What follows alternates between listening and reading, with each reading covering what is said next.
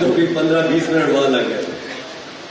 تو آج ہم نا یہاں پہ ماشاءاللہ پوسٹرز لگے ہوئے ہیں, بہت سارے پرانے چہرے 2-2.5 سال سے جو ہمارے اوپر 9 مئی کے بعد ظلم ہو رہا ہے PTI پہ, تو بہت سارے پوسٹر میں چہرے نظر آ رہے ہیں, اور بہت سارے یہاں پہ پنجاب سے آئے ہوئے دوست, ان کا بھی شکریہ کیا کرنا ہے. آپ سب کا جذبہ ہے, جنون ہے, جو عمران خان کی کال ہوتی ہے جدھر بھی ہو تو آپ لوگ پہنچتے ہیں. سارے یہاں پہ خان صاحب کے جیالے ہیں, ٹائیگرز ہیں یہاں پہ ماشاءاللہ. تو تھوڑا سا تقریروں میں بھی میں نے باتیں سنی ہیں, اور باہر بھی جو ہمارے ورکرز ہیں ان سے باتیں سنتے ہیں. تو آج تھوڑا سا ہم نا توکل پہ بات کریں گے. توکل کیا چیز ہوتی ہے؟ ہم مسلمان ہیں, ہم توحید پہ چلتے ہیں, ہم صرف اللہ پہ یقین رکھتے ہیں. ہمارے لیڈر عمران خان نے ہمیں لا الہ الا اللہ کا مطلب سکھایا کہ غلامی صرف اللہ کی ہے, اس کے علاوہ ہم کسی کی غلامی نہیں مانتے. چاہے وہ جو بھی ہو, اس دنیا میں ہم کسی کی غلامی نہیں مانتے. اس کائنات میں صرف ہم اللہ کی غلامی مانتے ہیں. ہم توحید پہ چلتے ہیں, ہم اللہ کے توکل پہ چلتے ہیں. توکل کیا چیز ہوتی ہے؟ سب سے پہلے توکل سمجھنے کی بات ہے. توکل وہ چیز ہے کہ جب آپ کو لگے کہ سب دروازے بند ہو گئے, ہمارے پاس کوئی رستہ نہیں ہے, لیکن تب بھی اللہ پہ یقین کہ اللہ ہمارے راستے کھولے گا, وہ توکل ہوتا ہے. ابھی بھائی نے بات کی کہ پوری دنیا کی اسٹیبلشمنٹ ان کے پیچھے ہے.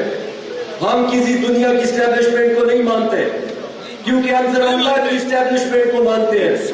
ہم صرف اللہ کی غلامی مانتے ہیں. دنیا میں ہم لا الہ الا اللہ پہ مانتے ہیں اور اس پہ چلتے ہیں. اگر اس رستے میں ہمیں موت بھی آ جائے تو ہمیں قبول ہے. میں آپ کو بتا رہا ہوں, ابھی بھائی نے نعرے مارے, مجھے نہیں پتا کہ میرے خون میں کتنا جان ہے یا میں کتنا بہادر ہوں. یہ تو جب آپ پہ آتی ہے تو پتہ لگتا ہے آپ کی بہادری کتنی ہے. لیکن ہم اللہ سبحانہ و تعالیٰ سے ہمیشہ دعا کرتے ہیں کہ یا اللہ ہم پہ اتنی آزمائش بھیجنا جتنی ہم برداشت کر سکیں.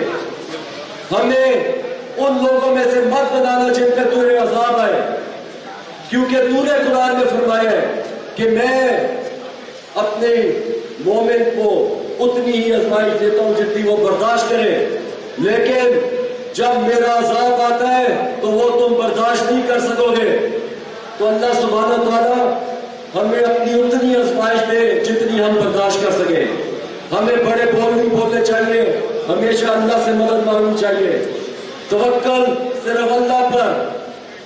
بات دیکھیں, جس وقت آج میں سن رہا تھا, بڑی اچھی بات, جس وقت حضرت یوسف علیہ السلام مچھلی کے پیٹ میں تھے تو ان کو صرف ایک بندے, ایک ہستی پہ ان کو یقین تھا.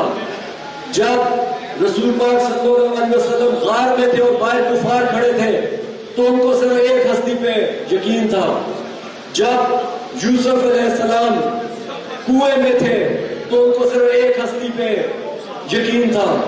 جس وقت قوم لوط, حضرت لوط علیہ السلام کو انہوں نے ان کی قوم نے نکال دیا اپنے قبیلے سے, تو صرف ان کو ایک ہستی پہ یقین تھا, اور وہ ایک ہستی صرف اللہ سبحانہ و تعالیٰ ہے.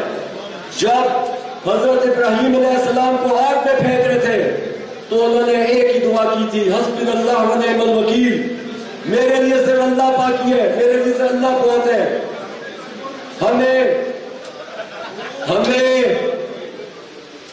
ہمیں اللہ کے علاوہ کسی کی طرف نہیں دیکھنا چاہیے. جب یوسف علیہ السلام جیل میں تھے تو ان سے 2 قیدیوں نے خواب کا پوچھا کہ ہمارے خواب یہ ہے, تو کیا ہوگا اس کا؟ انہوں نے کہا تم بادشاہ کو شراب مشروب دو گے, اس کے دربار میں ہوگے. جب وہ جا رہا تھا تو یوسف علیہ السلام نے اس کو کہہ دیا قرآن میں, یوسف علیہ السلام نے ان کو کہا کہ میرا بھی ذکر کرنا بادشاہ کے آگے. صرف اس بات پر ان کو 7-8